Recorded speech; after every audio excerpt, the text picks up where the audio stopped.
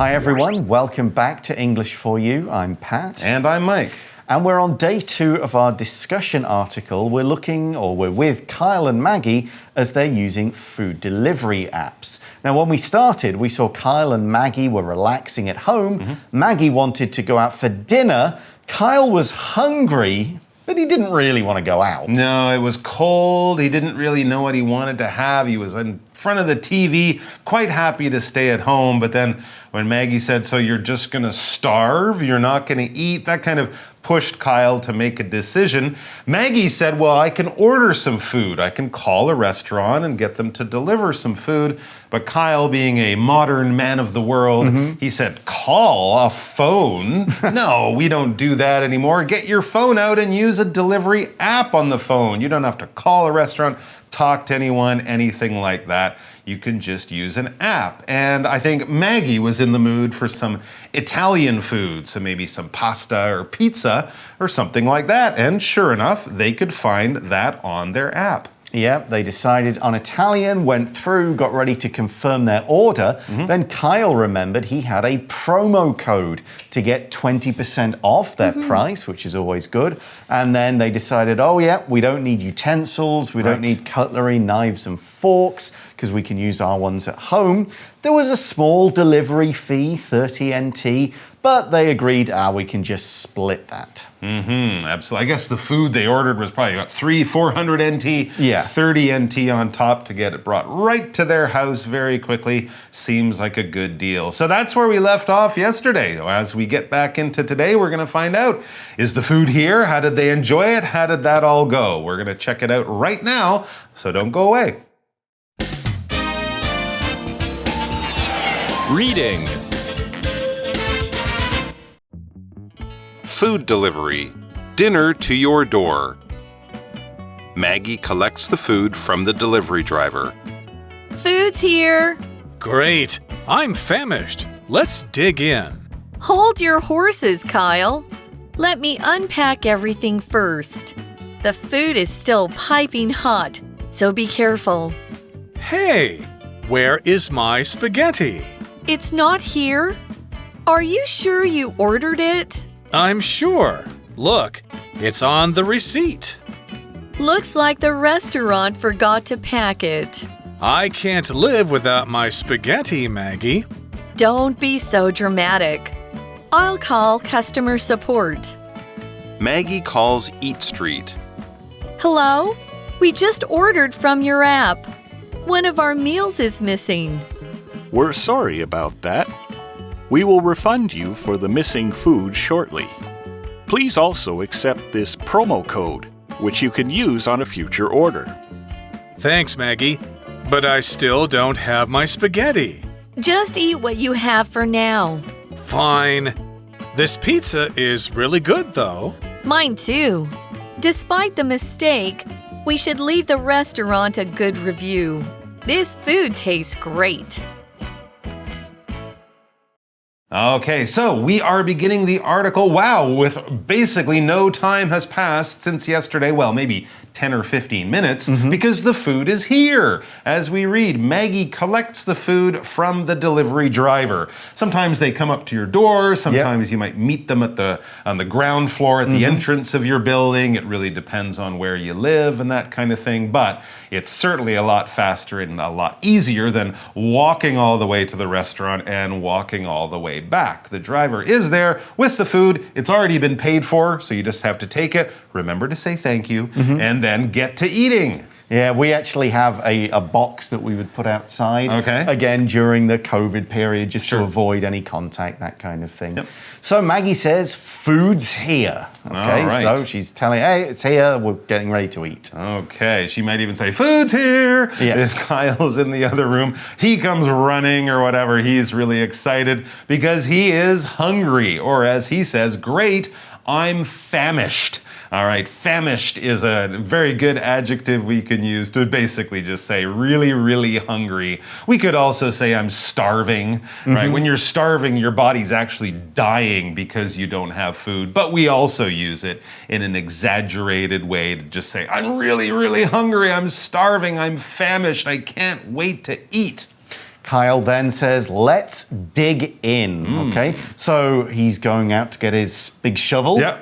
He's got a giant plate of pasta. He's going to start there we go. shoveling it around. No. He's not doing it quite like that. To dig in, this is a fairly casual phrase that simply means start eating. And maybe an enthusiastic Yeah, way. it's not, you're not going kind of daintily cutting things up and putting in a little bit of lettuce. You're kind of really getting in there and yeah, let's eat. We're not in polite company here. No. This is a casual thing. That's exactly right. All right. So Maggie then says, hold your horses, Kyle. She wants him to hold his horses. Horses and a spade. Yeah, very, very Eating in the interesting. garden. What's going on here? He doesn't have horses. They probably live in an apartment. Where are they going to put a horse? No.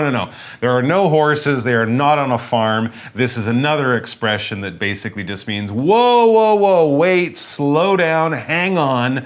Don't start quite yet, probably because we've forgotten to do something important or we need to take care of something first. So hold on, slow down, hold your horses, Kyle. Let me unpack everything first. So he was standing there, just ready to rip the bag open and start throwing the first thing he can find into his mouth. She's like, whoa, hang on. Let's put the food on the table. We'll get the utensils. We'll do this as, sort of civilized people and not just a pack of hungry animals eating the food like that. So slow down, hold your horses there, Kyle, even though you are famished. Yep, so she is going to unpack everything first. Let's find out what that word means. So to unpack something means to take everything out of all the boxes and bags or whatever kind of containers it's in. When you get to a hotel, you might unpack your suitcase. When you get home again from a vacation, you'll need to unpack so you can wash your clothes and do all of that kind of stuff. Here it means they're going to take the individual food boxes or cartons out, put them on the table, see what else is in there, maybe a few napkins or whatever, just take everything out. Now, this word is the word pack with the prefix un. Un expresses the kind of reversal of something that has already been done. You pack something, we'll look at that verb later, you unpack it. You do something, you undo something. You might say, I need to undo this pair of shoes. I need to untie my shoes. I need to undo this particular strap on my dress, that kind of thing. You do it and you undo it. There are a few other verbs that can be used with un as well. So there's another reason Kyle shouldn't just start eating straight away, though, isn't there? Yes, there is a very good reason, actually. It's not just about being polite and, making sure the table is ready before they dig in. No, as Maggie points out, the food is still piping hot.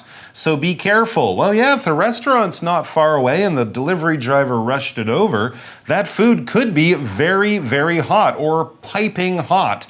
This is an expression that just means very hot, and it's also used probably as a warning. We often use this when talking about food, especially. What is the pipe? Probably a pipe that comes from a stove or a furnace or something. You might burn your coal or your wood in this thing, and then the pipe carries the smoke out. You might think that just the area with the fire is hot, but you don't want to put your hands on a pipe that is carrying hot air because the metal of the pipe could still be very hot on the outside. I've also known this from motorcycles here in Taiwan, right? When you park your motorcycle after stopping, be careful of that pipe where the smoke comes from the engine. It can be very hot. I've gotten a few burns on my legs over the years because I touched a hot pipe. It was piping hot. In this case, though, we're just using it to describe the temperature of the food. You don't want to burn your mouth on some piping hot pizza cheese or something like that. Oh, that's happened to me, yeah. I always think of food, if it's piping hot, it still probably has steam coming off for sure, yeah. So Kyle looks around all this food he's about to dig in and then says, hey, Where is my spaghetti? Uh-oh. Oh dear. Something's missing. So spaghetti is a type of pasta. Pasta comes in all kinds of shapes and sizes, from big flat lasagna sheets to those little kind of ravioli pockets, long cannelloni tubes, little butterfly things. Spaghetti is one of the kinds that looks like noodles. It's long, it's a tube, and it'll be quite long pieces when you cut it up. There you go. And the example sentence is, have you tried serving spaghetti with Japanese miso? It's really tasty. I shall write that down. Yeah, put some green onions on top. It's very, very good. All right, so there you go. He can't find his spaghetti. And this is, of course, upsetting because it was one of the things he ordered. He wants to eat it. And, of course, you don't want to pay for something you don't get. So Maggie's not quite sure that Kyle is really being careful. She says, it's not here. Are you sure you ordered it? Maybe she's also looking in the bag with him at the same time. So she's surprised because, you know, if you use the app, most of these things you can't really make a mistake on. So it is kind of strange that it isn't in their order. So it's not here. Are you sure you ordered it? Maybe you thought you did, but you actually forgot to press the button on the app. That could happen, but not in this case. Kyle says, I'm sure, and then adds, look. It's on the receipt. Oh, okay. So that's proof that he did order it. Yeah, because a receipt is that little bit of paper you get when you buy something, and it is proof that you have bought something. It'll have the time, the date, the price. There'll be other information like the location, a lot of things like that. It is proof that you bought a particular thing at a particular time. In Taiwan, of course, you use and keep your receipts and play the receipt lottery to see if you can win a little bit of extra money every couple of months. But if you bought something big and expensive, you'd also want to keep the receipt just in case something went wrong and you needed to prove, I did buy it from here on this date. A store might not let you bring it back if you don't have the receipt.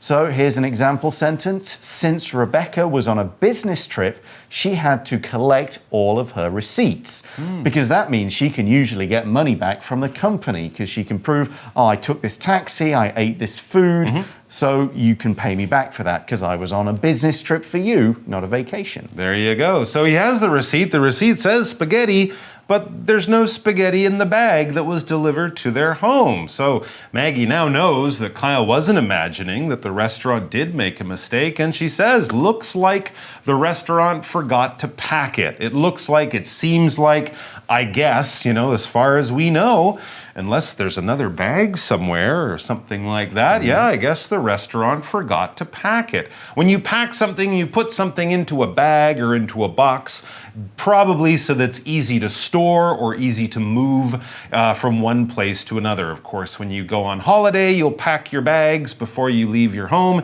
In the morning, you might pack your bags if you're going to school or going to the gym later on. And if you're moving house, you'll pack a lot of boxes with everything you own to make it easy to move them from your old place to your new place. But it's organized, the organized action of putting things into bags or boxes so that you can move them. The restaurant made the spaghetti, but maybe it's sitting on a shelf back in the kitchen because someone at the restaurant forgot to put it in the bag or pack it into their bag. That is a bit of a mistake. Yep, and Kyle is going to get all dramatic again. No. He's saying, I can't live without my spaghetti, Maggie. He could die. He could. He'd be famished. He'll starve. Oh my gosh. This is probably a bit emotional, maybe not quite accurate and realistic, but he's quite upset. Of course, he's hungry. He paid for food and the food's not there. So anyways, Maggie says, calm down. Or in other words, don't be so dramatic. It's not the end of the world. You're not going to die. We're not going to call the police and try to get them to find your spaghetti. So calm down. Don't be so dramatic. She says, I'll call customer support. Oh, that's interesting. Customer support probably for the app company. She's not going to call the restaurant directly. I guess if you have a problem when you use the app, you don't call the restaurant. You get in touch with the people on the app and they can help you to sort it out. So there is no need for Kyle to be so dramatic. All right, well, dramatic is often a word we use when talking about actors or the theater, or people putting on emotions and feelings, really strong feelings and strong emotions. When someone falls to their knees and says, "I can't live without you," you might say, "Hey, that's being a little bit dramatic." Now, if you're in a play or in a movie, this might show you the feelings of the character in a very clear way. If it's your own life and you're crying because you didn't get your spaghetti, people might say, you don't have to be so emotional, you don't have to be so dramatic, it's not that important or it's not that big a deal. Here's an example. Did you see Mr. Angelino cry when he couldn't open that email? Our boss is so dramatic. Yes, there's no reason to have big emotions or shed tears if you're having problems on your computer. Don't be so dramatic. Just call the guy from IT. All right, so they have to fix this problem, and we read Maggie calls Eat Street. So she's calling customer service, customer support, the people who help you solve problems when you have trouble with the app. And then she gets someone on the phone, and she's speaking to them. She says, "Hello, we just ordered from your app. One of our meals is missing." So she explains the problem. This is probably quite a common problem for these people because things do go missing. If something is missing, this adjective basically means it's not there and it should be there, all right? If you put something down, turn around and then turn back and it's gone, that thing is missing. Now, if you never owned that thing, well, no, it's not missing because it was never there in the first place. But if you come out of your school and you parked your bike in the morning and now your bike was there but is not there anymore, your bike is missing. Maybe it was stolen, maybe a friend borrowed it, maybe you forgot that you didn't ride your bike that day and it's your mistake, but you're surprised because something that should be there is not there. For example, have you seen my toothbrush? It seems to be missing. Where would I have put my toothbrush if not in the bathroom? This is very strange.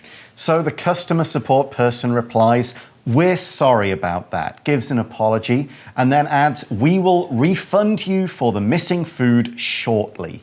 Okay, to refund someone is to give them their money back. They've spent some money, bought something, paid for something. There's a problem, so you go, "Okay, we'll give you the money back. We will refund you." You can also use it as a noun. I want a refund. And they'll do that shortly. Yes, that customer service person said they would refund their money shortly. Shortly is an adverb that basically means the same as soon, in a very small or short amount of time. So quickly, in other words, it might take 5, 10, 20 minutes or something, but they will get the money back and not much time will pass. It'll happen shortly. For example, "I'm sorry for the delay, sir. Your dessert and coffee will be arriving shortly." In other words, they'll be arriving soon. So there's going to be a refund shortly, but that's not all. The customer support person says, "Please also accept this promo code, which you can use on a future order." We saw a promo code yesterday. It could be a discount, free delivery, extra something or other. So they've kind of said this is a mistake. It's kind of our mistake. So we'll try and make things better so you keep using our app by giving you a promo code, a nice little free gift. Okay, well, that kind of fixes the problem. Certainly Kyle won't feel like he's been cheated. He's gotten his money back for the missing spaghetti and he'll save money next time he orders. But you're right, it doesn't fix his problem right now. As he says, "Thanks, Maggie. Thanks for, sorting that out and calling customer support, but I still don't have my spaghetti. And also, I'm still hungry." Yeah. So Maggie, as maybe you would to someone in this kind of emotional state, just says to him, "Just eat what you have for now." Now, the phrase "for now," it means at the moment. For the moment, just do that right now. But when you say it, it does indicate things are likely to change. So you might say, "I'm living here for now." If you said that, that kind of means you might be moving. "I'm okay working here for now," meaning things could change soon. So eat what you have for now, she probably means eat the food we did order that did arrive. And then if you're still hungry later, we'll figure out something else for you to eat. Exactly. Well, Kyle might not be happy with this solution, but he accepts it and he says, fine. And then we can imagine him picking up some pizza. And then he says, this pizza is really good though. So his mood is changing. You know, she's soothed the savage, angry beast of Kyle. Oh, good pizza. So now he's kind of happier. At least he's got some food in his belly and he doesn't feel quite so upset about that missing spaghetti. So Maggie says, mine too, meaning her pizza is good too. Okay. Then says, despite the mistake, we should leave the restaurant a good review. So here she's using the word despite, and we use it to show that the thing we're going to mention doesn't affect the final result. So yes, the restaurant made a mistake or the delivery service did, but we can still leave them a good review. Despite the rain, we all had fun in the park. The rain didn't change the fact that we had fun. Okay, and you might expect it to, but here's the kind of happy ending. It didn't affect your fun. So even though, despite the fact that they did get an order that was missing some food, they're going to leave a good review. What is a good review? A review is basically when you write what you think of something. It's your opinion on something, and you're sharing it with people to kind of tell them if they should use it, should go there, do want to try it, or maybe say, it's not that good, just forget this one, skip it, don't bother wasting your money. We often use reviews when we want to get advice on, should I go to this hotel? What's this movie like? Did you read that book? Is it any good? Should I go and buy it and read it myself? And then you'll get a review from someone, maybe from a friend who knows about things, or maybe from someone who's just very wise and knowledgeable. Often newspapers and websites will be dedicated to restaurant reviews, movie reviews, things like that. So you can save your time and trouble by reading the review, finding out if it's good, and then deciding whether you want to spend your money or time on it. For example, have you seen the review for that new Spanish restaurant? We should go and try it. I guess it was a good review. Yeah, and then Maggie finishes up by saying, this food tastes great, which with a restaurant is pretty much the most important thing. True. Okay, we're going to mention reviews now. Again, we've finished the article, but let's talk a bit about reviews in our For You chat question. For You chat. And our question is, do you often leave reviews for restaurants or services you use? What might encourage you to leave a positive or negative review for a business? Very interesting. I do sometimes, but not too often. Often I find that if I think something, especially if I'm not happy with something, I'll go to the page on Facebook or on Google or whatever, and someone has already written a review saying, writing about the things that I also didn't like. So many times you will find people have already put reviews. I would put a very good review if the service was extra special, or maybe a negative or bad review if the service was really, really bad. But sometimes you just kind of figure that maybe it was my experience, other people would enjoy it, or maybe I just went there on a bad day, but I might not go back. But maybe leaving a review to sort of criticize the business in public, I don't know if I would bother to do that. Yeah, same. And I would probably leave a good review, particularly for a new restaurant. If I thought, that would be very helpful. Right, because we want to help their business grow. Similarly, I might leave a good review for a book on Amazon if I thought, hey, this author needs to be shared more. I don't need to go and review The Lord of the Rings and say it's good. No. Most people know that. Do a restaurant review of McDonald's. No, not really needed. necessary. But if it's somebody who maybe needs a little bit of a push to get them better known, that's when a review might be helpful. Okay, that's all the time we have for today. Thanks for watching, everybody. For English for You, I'm Pat. And I'm Mike. And we'll talk to you again soon. Bye-bye. Take care.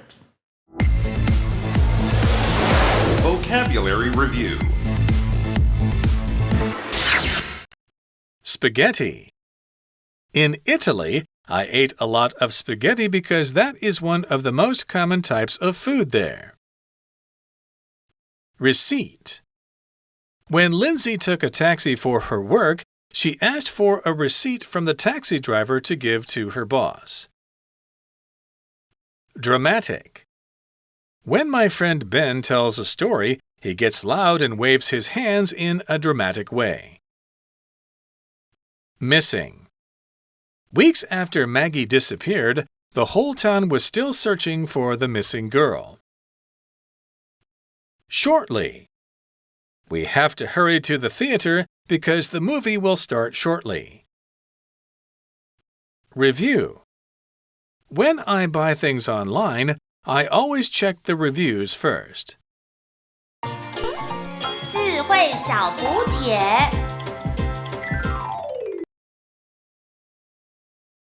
Famished.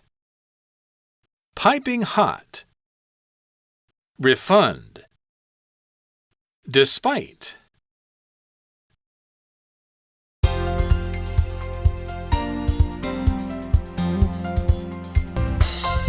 以上节目是由活用空中美语制作。活用空中美语杂志，请洽询全国各大书店。如欲索取试听教材，请来电02-2364-4000 02-2364-4000，或上网查询，网址是 www.english4u.net www.english4u.net